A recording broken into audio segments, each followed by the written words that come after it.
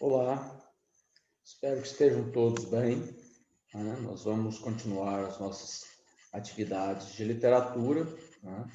Estamos tratando, discutindo aí com vocês o modernismo brasileiro, que se inicia em 1922, com a Semana de Arte Moderna, e didaticamente ele se estende até pós-1945. Mas entre 1922 e 1945, aconteceu uma vertente literária dentro do modernismo, que se inicia em 1930 e vai justamente até 1945, e esse momento ficou conhecido como a geração de 30.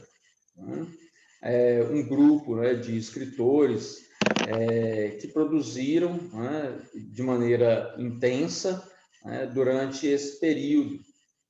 E interessante de notar é que nesse período da geração de 30, a literatura, assim como a política, a política sai do circuito Minas Gerais e São Paulo, com a política café com leite, e o poder passa agora para um homem do Rio Grande do Sul, Getúlio Vargas.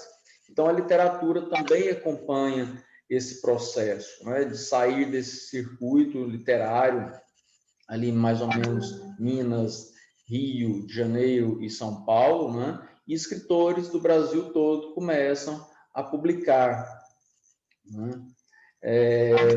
Nós sabemos que isso acontece tanto na poesia quanto na prosa, e é da poesia mesmo que nós estamos tratando no momento. Quais características essa poesia da segunda geração, da década de 30, vai oferecer? Primeiro, é de se notar que essa primeira geração do modernismo, que vai de 1922 a 1930, ela lutou, digamos assim, à sua maneira, de maneira artística, por uma arte mais independente, uma arte mais original. Portanto, a sua característica número um, digamos assim, é o nacionalismo, a busca pela brasilidade. E aí, essa geração também foi uma geração que rompeu com os padrões literários vigentes até o período.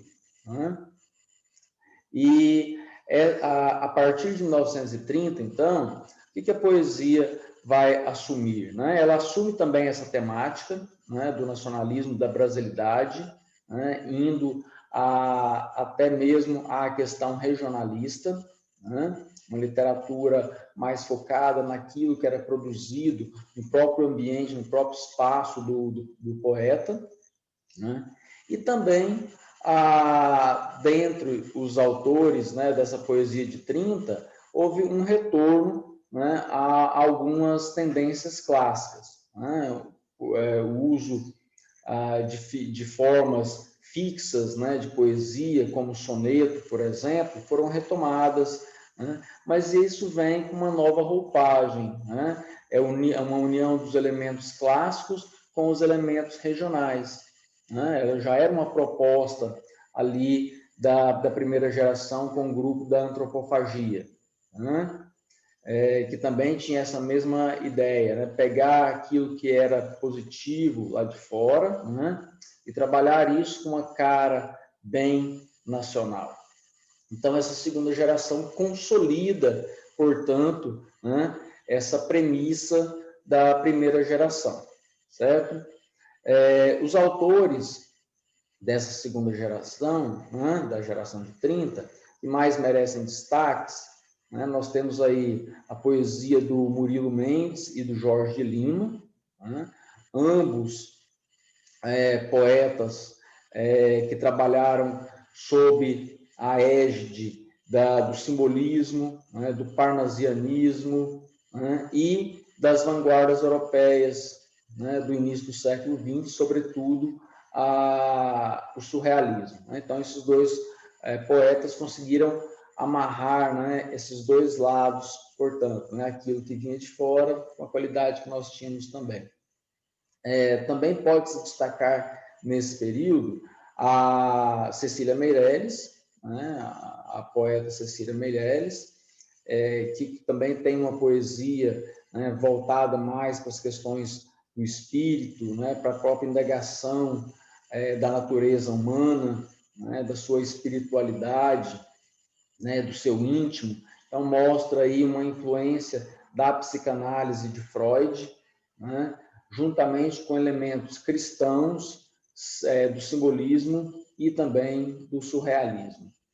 Um outro poeta aí que também merece destaque, Vinícius de Moraes, né, poeta radicado no Rio de Janeiro, né, que popularizou a poesia, né, deixou a poesia próxima do povo.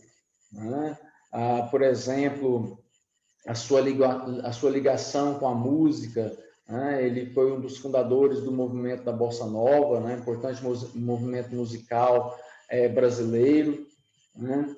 Que tinha, dentre outros, aí, João Gilberto e Tom Jobim, né? Tanto que a música mais famosa do Brasil, né? Tanto aqui quanto no exterior, que é Garota de Ipanema, né? É uma composição, portanto, em dueto, né? Do Vinícius de Moraes e do Tom Jobim. Bom, e aí, por final, né, deixo aqui o Carlos Drummond de Andrade, né, poeta mineiro de Tabira, né, no interior de Minas Gerais. É uma das grandes expressões poéticas brasileiras, né, de todos os tempos. O Carlos Drummond de Andrade foi um escritor muito prolífico, ele escreveu bastante poesia e crônica, né, mas na poesia que ele se destaca, né?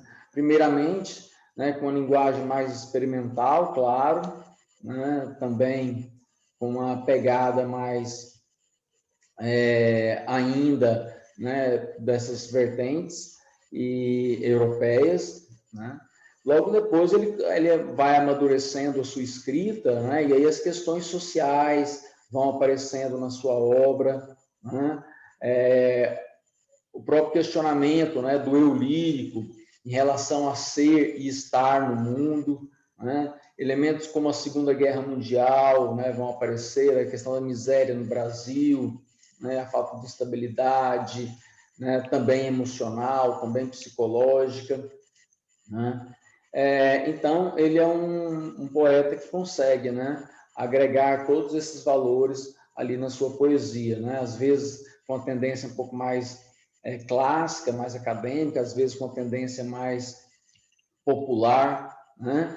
Então, o Carlos Drummond de Andrade é reconhecidamente o poeta que vai marcar, né, o início dessa segunda geração, né, da geração de 1930, né, com o livro Alguma Poesia, né? Este livro, essa obra, é que marca, portanto, essa virada, né, estética da primeira geração, de 1922, à segunda geração, que é a geração de 1930. Tá? Então, só para rememorar mesmo, agora a gente vai retomar as atividades. Para isso, né, eu separei um slide aqui para vocês acompanharem.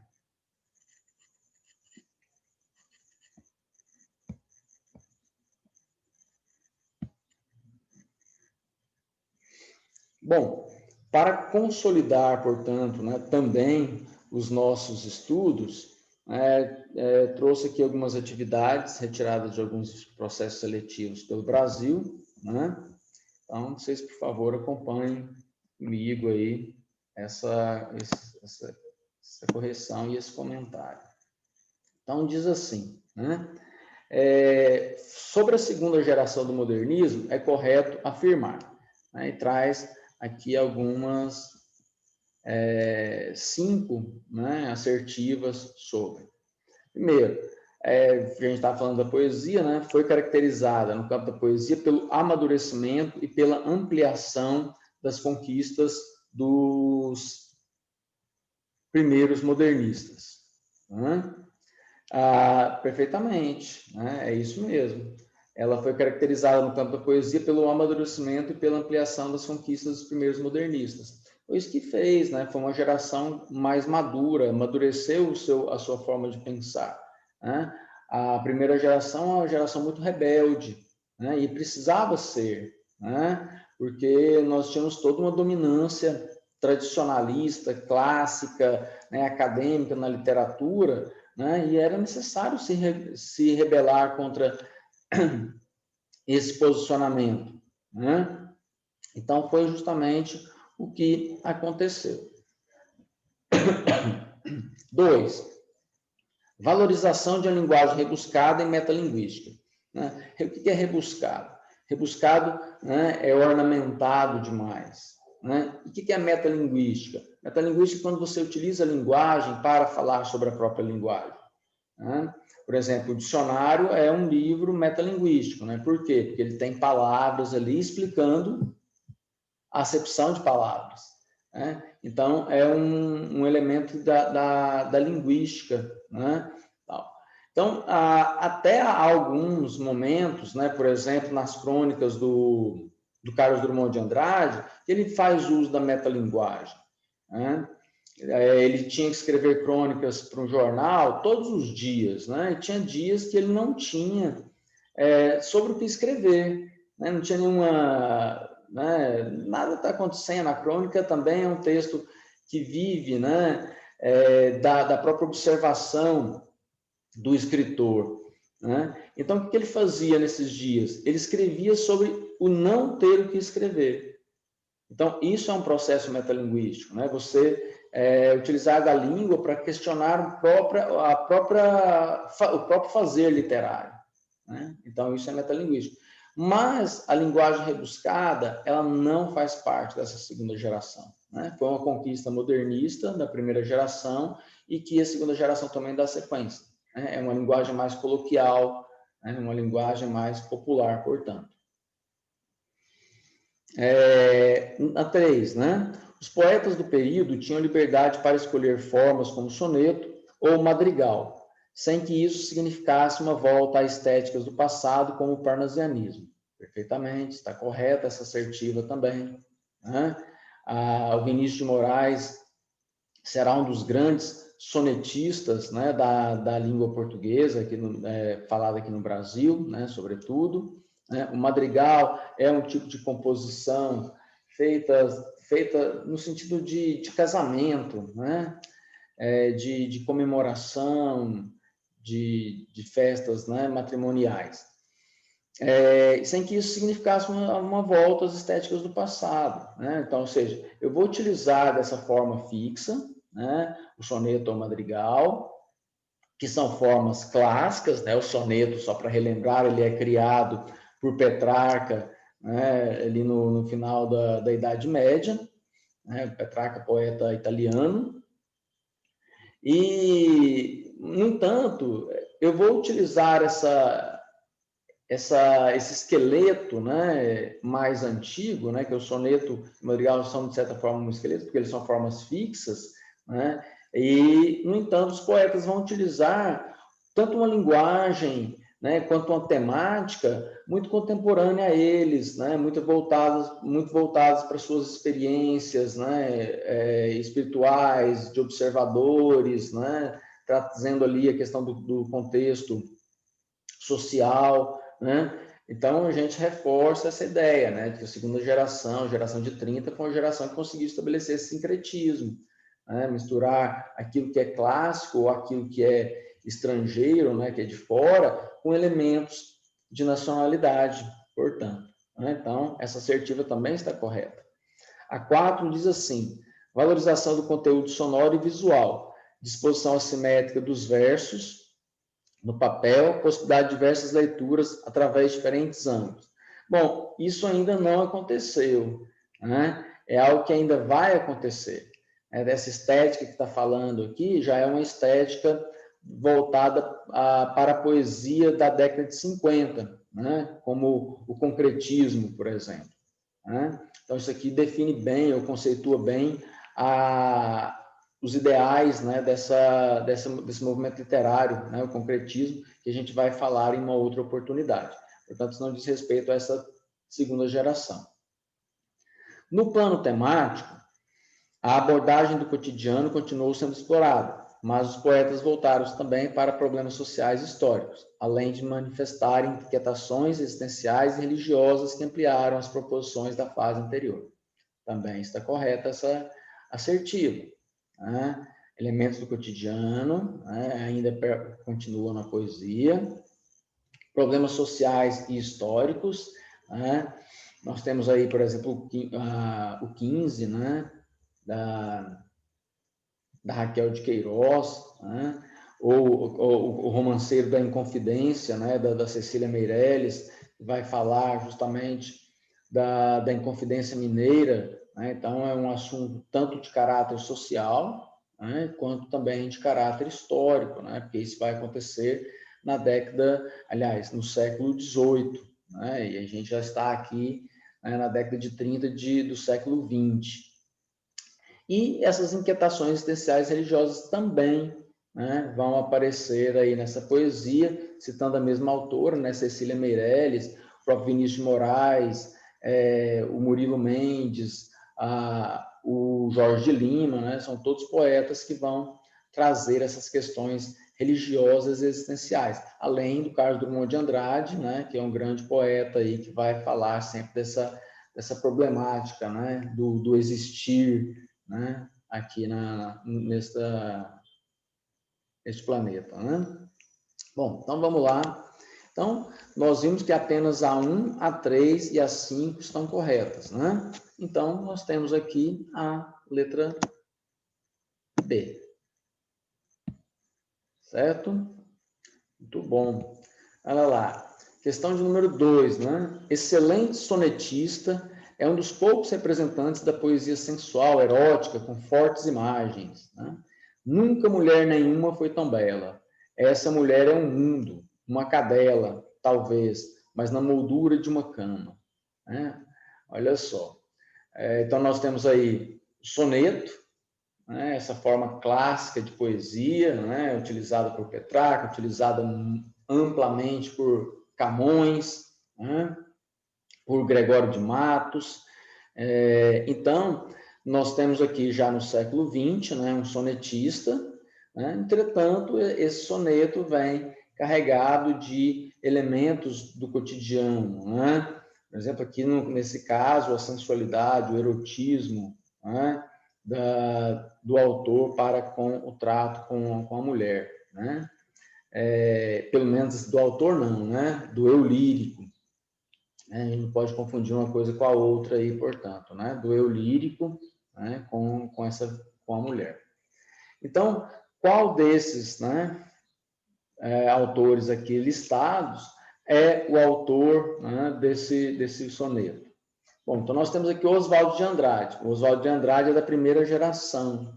Né? A primeira geração não utilizou o soneto, tá? Então já está descartado. Carlos Drummond de Andrade era um poeta que primava muito pela questão do verso livre, né? Então ele também não fez uso de soneto.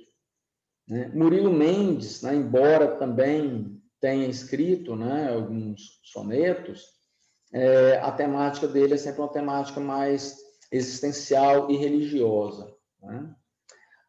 E por fim, né, nós temos ali o Vinícius de Moraes. Né? Então, Vinícius de Moraes é a alternativa correta.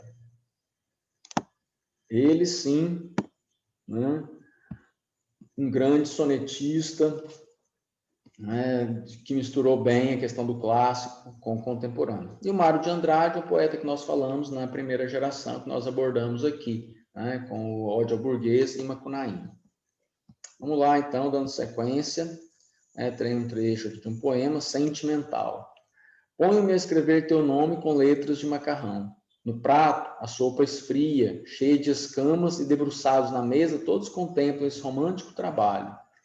Desgraçadamente, falta uma letra somente para acabar teu nome. Está sonhando? Olhe que a sopa esfria. Eu estava sonhando. E há em todas as consciências um cartaz amarelo. Neste país é proibido sonhar. Né?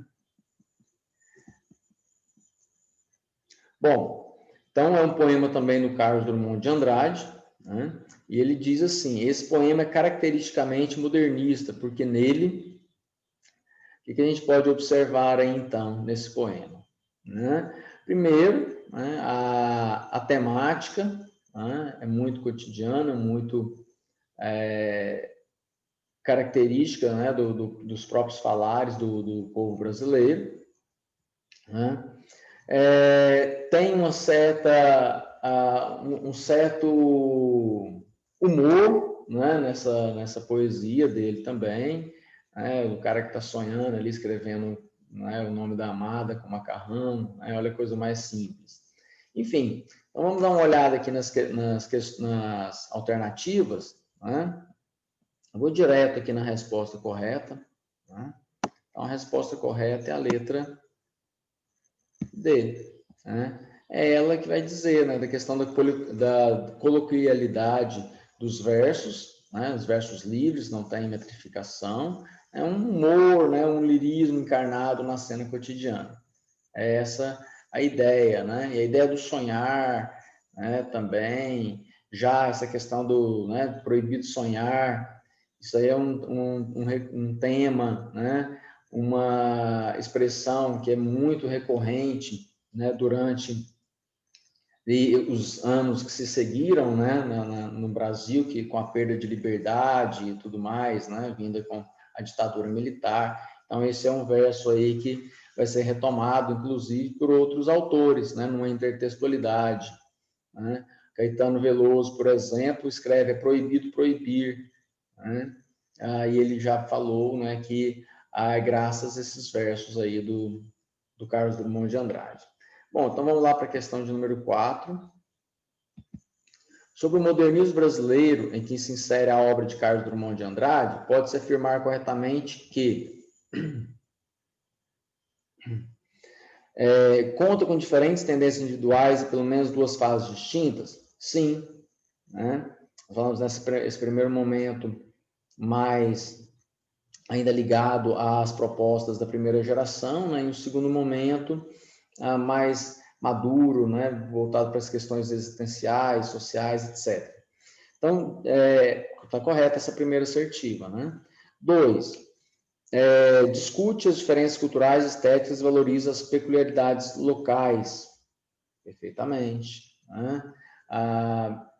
Ele, né, o Carlos Drummond de Andrade, mineiro, né, da cidade de Itabira, Minas Gerais, muitas vezes retratado na sua poesia, a própria Itabira, né, uma cidade pequena no interior de Minas Gerais, que também ele vai sempre trazer ali, né? Então, tem essa valorização, assim como também o fato de ele ter morado em outros estados, né? Também sempre nessa inserção das coisas locais ali e, portanto, a sua valorização, também está correto. Respeita as regras da poética tradicional e evita formar ideias originais. Nossa, nunca, né? Carlos Drummond de Andrade, um dos poetas mais originais, mais brilhantes da literatura, respeitado muito pela sua forma de composição, tá? Então, estão corretas apenas a 1 e a 2.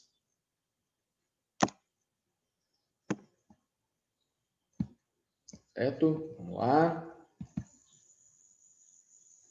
Aqui um poema Confidência do Itabirano, né? Alguns anos vivi em Itabira, principalmente nasci em Itabira. Por isso sou triste, orgulhoso, de ferro.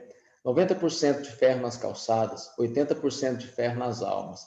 E esse alinhamento do que a vida é porosidade e comunicação. A vontade de amar que me paralisa o trabalho vem de Itabira, de suas noites brancas, sem mulheres e sem horizontes. E o hábito de sofrer, que tanto me diverte, é doce herança itabirana. De Itabira trouxe prendas diversas que ora te ofereço. Esta pedra de ferro, futuro aço do Brasil. Este São Benedito do velho santeiro, Alfredo Duval. Este couro de anta estendido no sofá da sala de visitas. Este orgulho, esta cabeça baixa. Tive ouro, tive gado, tive fazendas. Hoje sou funcionário público. Itabira é apenas uma fotografia na parede, mas como dói. Né? Olha só, né? A nostalgia, né? A saudade, que é algo tão característico, né? da cultura portuguesa e brasileira também. né, presente aí, as cenas do cotidiano, né, daquilo que o cerca, né, vai aparecendo aí nesse texto, né, que vai falando de Itabira e, portanto, então é muito interessante, né? Falando, né, do início, né, nasceu, né, viveu em Itabira, nasceu em Itabira, o orgulho que ele tem disso aí, né, é um orgulho de aço, um orgulho de ferro, né, que ele diz, Itabira é uma cidade que explora-se o minério, né, boa parte das cidades de Minas Gerais, né, também acontece isso. Então, é uma cidade, né, que o Carlos Drummond de Andrade viu a exploração, né, de recursos minerais ali, por isso essa associação com o ferro, com a pedra, né? O hábito de sofrer, né, tão irônico isso, diverte ele, né? Sofro, mas me divirto sofrendo, isso é o coração mineiro, né? Então, olha só, ele vai falar aqui, né, aquilo que ficou de legado para ele em Itabira, né? Essa pedra de ferro, né, futuro aço do Brasil, né? São Benedito do Velho Santeiro Alfredo Duval, né? Essa ligação com a religiosidade, com a cultura local, com as manifestações populares, né? Este couro de antes tendido no sofá da sala de visitas, né? Aí você tem de um lado um santo, do outro lado uma situação predatória, é interessante demais, né? E ainda assim, né, mostrar como que, né, as casas, né, de certa forma, tinha sua ornamentação, seu orgulho, né, e são todos elementos do cotidiano, daquilo que ele observa, né, o couro de anta no sofá é uma coisa observável, que chama atenção, né, e aí a sua triste conclusão, né, tive ouro, tive gado, tive fazendas, hoje ele é funcionário público, né, Itabira é apenas uma foto na parede. E aí a sua conclusão, dói muito, né? A saudade sempre dói bastante, né? Interessante. Vamos lá. Então, Carlos Drummond de Andrade é um dos expoentes do movimento modernista brasileiro. Os seus poemas penetrou fundo na alma do Brasil e trabalhou poeticamente as inquietudes e os dilemas humanos. Sua poesia é feita de uma relação tensa entre o universal e o particular, como se percebe claramente na construção do poema Confidência do Itabirano. Tendo em vista os procedimentos da construção do texto literário e as concepções artísticas modernistas, conclui-se que o poema acima é, portanto, vamos direto aqui na resposta, na letra C, evidencia uma tensão histórica entre o eu e sua comunidade por intermédio de imagens que representam a forma como a sociedade e o mundo colaboram para a constituição do indivíduo. Exatamente. Vamos lá, questão sexta e última, leio o poema abaixo, né, retrato, é um texto da Cecília Meirelles, né? Eu não tinha este rosto de hoje, assim calmo, assim triste, assim magro, nem estes olhos tão vazios, nem o lábio tão amargo. Eu não tinha estas mãos sem força, tão paradas, tão frias e mortas. Eu não tinha este coração que nem se mostra. Eu não dei por esta mudança, tão simples, tão certa e fácil. Em que espelho ficou perdida a minha face? Então, sobre a questão de envelhecer, né? Também aqui. Então, a resposta certa, né? Esta aqui, a única que não está correta em relação àquilo que trata o poema, né? Diz, não há no poema um registro de estados de ânimos vagos e quase incorpóreos, nem a noção de perda amorosa, abandono e solidão. Nós temos ali, né, abandono, solidão, sim, né? Uma imagem, né, que ela nem se dá conta, né, a não ser aquele momento ali da própria escrita, né, do poema que o lírico percebe isso aí, portanto, né? Bom, então aqui eu acho que a gente elabora, né, uma noção geral mesmo dessa segunda geração, da geração de 30. Logo mais a gente vai trabalhar com a prosa, né, dessa geração. Tá certo? Então, sem mais para o presente momento, agradeço e até